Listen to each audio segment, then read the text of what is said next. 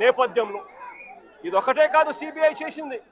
ఆ CBI charge షీట్లో వాళ్ళు వేసిన అదే ఛార్జ్ షీట్లో ఒక ముఖ్యమైన అంశం ఏమిటి అని అంటే, ఈ ఛార్జ్ షీట్కి సంబంధించి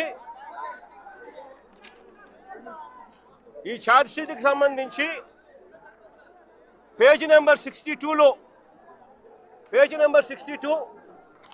ఇది ఛార్జ్ షీట్కి సంబంధించి సిబిఐ ఛార్జ్ షీట్. ఇది సిబిఐ ఛార్జ్ షీట్లో పేజ్ నెంబర్ 62లో వాళ్ళు మెన్షన్ చేసిన మాట, ఇన్వెస్టిగేషన్ రివీల్డ్ దట్ ఆన్ 25/7/2024 అంటే చంద్రబాబు నాయుడు గారు ముఖ్యమంత్రిగా పరిపాలన చేస్తా ఉన్న రోజులు 25 జూలై 2024 అంటే చంద్రబాబు నాయుడు గారు ముఖ్యమంత్రిగా ఉండి పరిపాలన చేస్తా ఉన్నాడు రాష్ట్రంలో. Investigation revealed that on 25/7/2024 TTD rejected the 4 ghee tankers, i.e. 5th to 8th tankers supplied by MS AR Dairy Food Private Limited A1 based on the NDDB calf lab test report, and asked them to lift the said 4 tankers immediately from the TTD marketing godown, and the same was communicated to MSAR Dairy Food Private Limited through a mail.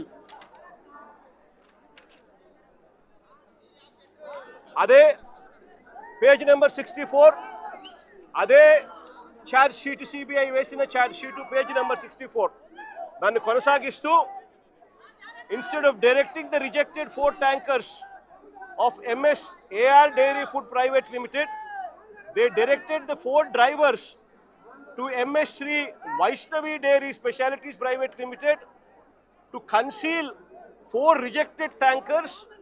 Accordingly, the drivers secretly took possession of the 4 rejected ghee tankers and diverted them to a concealed location near Sri Raghavendra Crusher, approximately 2 kilometers away from the MS Shri Vaishnavi Dairy Specialities Private Limited on 27/7/2024 at 4 a.m.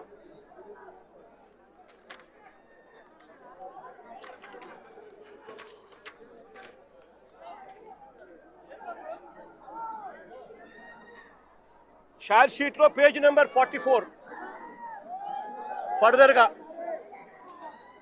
further the adulterated ghee in rejected 4 tankers of MSAR Dairy Food Private Limited were resupplied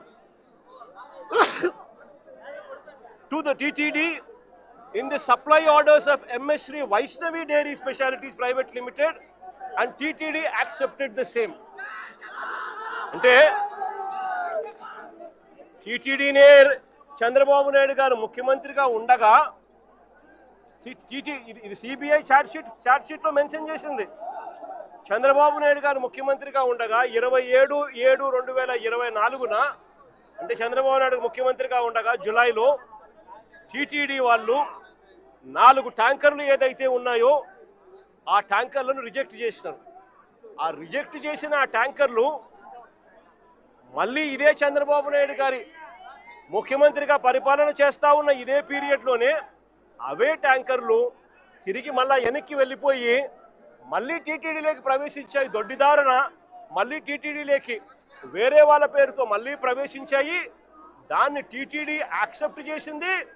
అవే ట్యాంకర్లు లడ్డూ తయారీకి కూడా వాడారు అని చెప్పి ఏకంగా సిబిఐఏ చంద్రబాబు నాయుడు గారి ప్రభుత్వం మీద వాళ్ళు చేసిన తప్పుల మీద, వాళ్ళు చేసిన అన్యాయం మీద ఏకంగా సిబిఐఏ ఛార్జ్ షీట్లో వేసింది.